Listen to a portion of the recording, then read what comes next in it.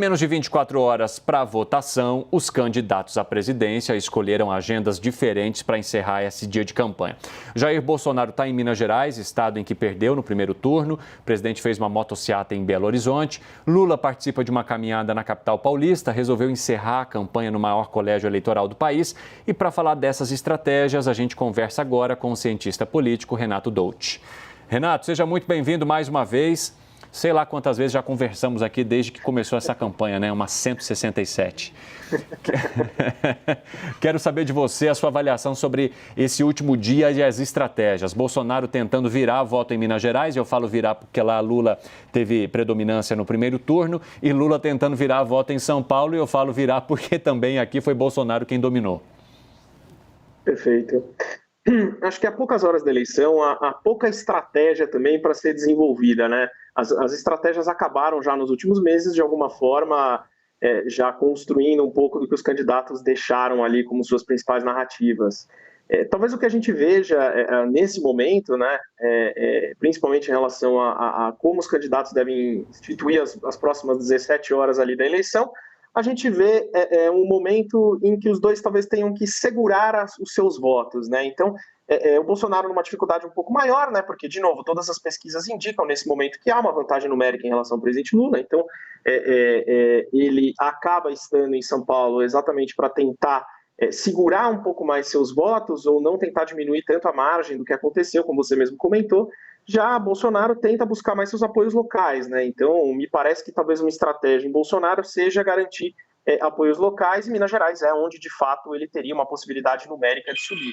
Em compensação, em relação ao Lula, a gente já vê uma outra questão, né? A gente vê talvez um encaminhamento um pouco mais complexo. É um candidato que, nesse momento, está no Sudeste para fazer campanha, mas também precisa garantir a não abstenção expressiva, principalmente no Nordeste. Ô, Renato, você consegue identificar um cansaço nesses candidatos? Essa campanha eleitoral, ela foi mais desgastante do que acompanhamos em outros períodos? O que você conseguiria fazer de comparação? Porque, assim, para nós, né, todos que acompanhamos, que fazemos a cobertura, há, sim, aquela sensação de que as últimas energias foram gastas até o dia de hoje. Acho que a campanha, sem dúvida nenhuma, é desgastante porque nós notamos talvez dois grandes fatores, né? O primeiro deles é que a gente vê uma campanha muito conectada a projetos morais, ideológicos, né? E isso envolve um pouco mais de coração e talvez menos de razão, menos de debates eleitorais, menos de debates relacionados a políticas públicas, que de alguma forma existe um distanciamento maior. E as pessoas se envolveram emocionalmente exatamente por conta da gente estar vendo essa discussão moral muito mais expressiva, né? Dois projetos morais postos no Brasil. Então, isso gera um envolvimento emocional muito mais expressivo, não só nas militâncias, como, obviamente, também nos candidatos, né? Isso ficou muito expresso no debate de ontem e, de novo, traz uma carga muito pesada para o eleitor e também, obviamente, para os candidatos, né? Se a gente olhar para as pesquisas, elas mostram ali 92% do eleitorado dizendo que não aguenta mais eleição. Talvez exista essa impressão até de alguma forma de que o mundo vai acabar no domingo para o brasileiro, né? E essa segunda-feira nós estamos aí. Nossos vizinhos continuam sendo nossos vizinhos, se eles votam no candidato A ou no candidato B, né? A gente está gastando muito pouco tempo pensando na segunda-feira e dedicando todas as nossas energias mentais para amanhã. Então, sem dúvida nenhuma, é um desgaste, tanto do eleitor como dos candidatos. E, Renato, como você vê, que tipo de malefícios você vê dessa polarização pós-eleição? Porque a gente vai ter metade da população, entre aspas, de luto, porque acabou perdendo ali, o seu candidato perdeu nas urnas, e com essa paixão toda envolvida, o que isso pode trazer de ruim para o dia seguinte às eleições? Eu acho que essa é uma das campanhas em que a gente viu uma eleição inteira pautada em 2022 e no dia de hoje, né? Às vezes não dá nem a impressão de que o candidato vai governar em 2023, parece que ele vai governar em 2022. Porque eles só falam de 2022, eles só pautam as discussões como se elas acontecessem hoje. E, de novo, houve uma construção narrativa na própria eleição de que a campanha se resume no domingo, e na realidade ela começa a valer em 2023, né? O presidente assume ou continua seu mandato em 2023. Então, esse talvez seja um ponto muito expressivo. De novo, parece que o eleitor, principalmente aqueles que estão mais consolidados no debate, aqueles que militam mais, principalmente no digital, parecem ter esquecido um pouco de que a gente está falando de uma eleição que, na verdade, ela é para decidir o futuro do Brasil em 2023. Então, acho que esse é um ponto muito expressivo. E, de novo, a gente ainda não tem tanta clareza de como esse processo vai acontecer na segunda-feira, porque, de novo, parece que o mundo vai acabar no domingo. Mas acho que um elemento bastante expressivo é que acho que os cenários não parecem muito positivos, pelo menos do ponto de vista moral, eu diria, tá? Porque, novamente, se é uma eleição em que a gente está falando em projetos de Brasil e de alguma forma essas militâncias não reconhecem do outro lado esse elemento, uma coisa que acaba sendo bastante importante é perceber que esse eleitor ele vai continuar em campanha, mesmo que a campanha tiver acabado, né? E assim, a internet criou a facilidade de perceber que um opositor ou eventualmente um governante fica em campanha para sempre. Então, me parece que talvez essa seja a grande dificuldade do que a gente vai ver, né? Sonha-se que a eleição acaba no domingo. Na realidade, parece que do ponto de vista, pelo menos, das discussões, ela deve continuar nesse ritmo raivoso por bastante tempo. E você acredita que no debate de ontem, né, que foi o debate mais expressivo, o último também antes agora desse segundo turno, 2023 não foi discutido ou faltou de fato apresentar para as pessoas um horizonte, mostrar para elas o que encontraremos lá na frente? Sem dúvida, e é um ponto muito expressivo é que quando a gente olha para as campanhas, a gente percebe que, e principalmente para as pesquisas, a gente percebe que a gente tem 2% do eleitor indeciso. Mas na realidade, 92% dos eleitores definiram seu voto de fato. A gente tem 8% dos eleitores que ainda mostram ali que poderiam, eles vão votar, ou seja, eles não estão indecisos em relação ao processo eleitoral, mas sim aos seus candidatos. E esses são os eleitores que, de alguma forma, indicam nas pesquisas que querem proposta, que querem algum debate mais eleitoral e um debate menos moral. Isso a gente não viu acontecer, de novo, a grande esperança é sempre que o debate seja esse espaço onde a gente vai encontrar isso. Isso não aconteceu. O que parece, de novo, é que os candidatos, de alguma forma, jogaram para suas militâncias com muita ênfase, caíram nas armadilhas que um e o outro acabaram se colocando ali na narrativa do debate, que, de novo, pauta um pouco da campanha, né? A campanha parece sempre uma casca de banana em que um espera o outro escorregar para depois poder falar, agora eu vou aproveitar essa narrativa, né? Então, é muito ruim quando a gente vê uma campanha eleitoral nessa toada, porque a última coisa que apareceu foi o Brasil. E, de novo, nem o Brasil de 2022 apareceu, muito menos o Brasil de 2023. As poucas perguntas que foram feitas em relação a 2023, e talvez uma discussão bastante expressiva, que é o Auxílio Brasil, né? Então, da onde sai o dinheiro para de fato bancar esse benefício, os candidatos tergiversaram, ou seja, não responderam, andaram de lado, levaram outro assunto. Então, toda vez que a pauta de Brasil 2023 apareceu ou na campanha ou nos debates, os candidatos fugiram dessa pauta. Então, é bastante perigoso esse movimento, né? Mas, de novo, a gente está num contexto tão complicado que me parece muito difícil que, nesse momento, para quem acha que o mundo vai acabar no domingo, pensar em qualquer discussão de 2023. Talvez o vencedor vá fazer um processo muito novo no Brasil, né? Que é começar a falar de 2023 depois que ganha a eleição. E, Renato, as pesquisas de hoje, né, que tem várias aí para sair, você acredita que elas vão poder captar o sentimento das pessoas em relação a esse debate sem muitas propostas que você acabou de mencionar? Me parece que é muito difícil que a gente tenha alguma movimentação muito expressiva nessas pesquisas agora das últimas 24 horas, né?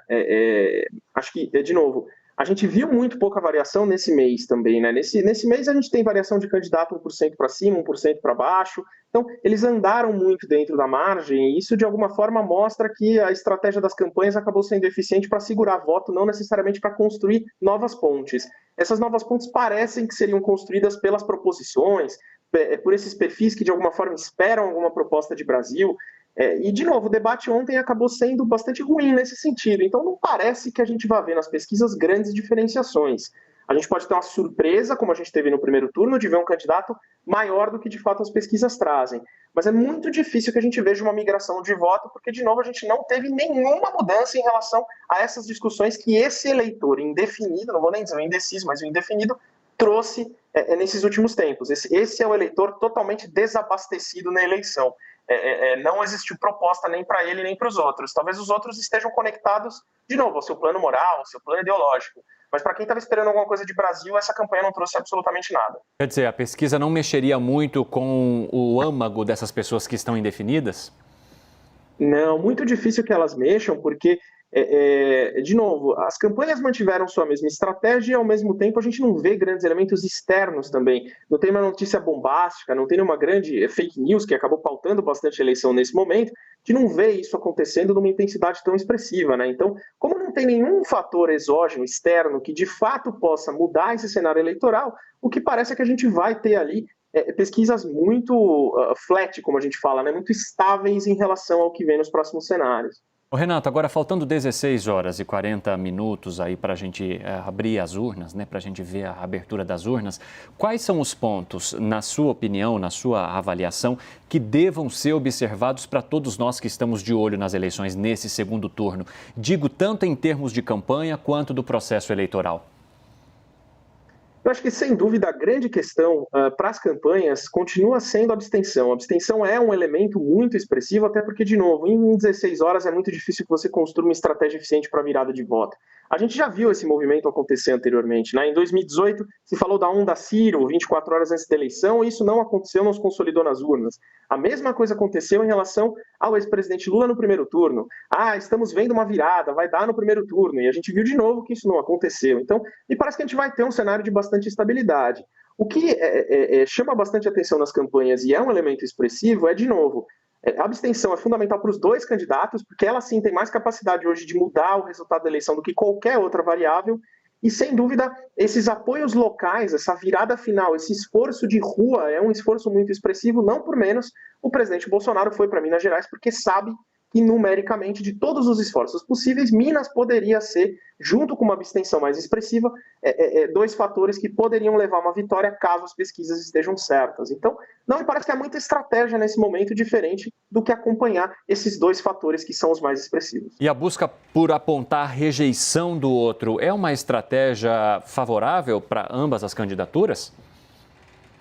Para virar voto é muito difícil a rejeição, porque elas já são muito consolidadas, são dois candidatos muito consolidados, com um nível de conhecimento muito expressivo, um é presidente do Brasil, o outro foi presidente do Brasil, então a gente não vê muito a possibilidade de criar grandes fatos que a rejeição leve nesse momento a uma virada de voto.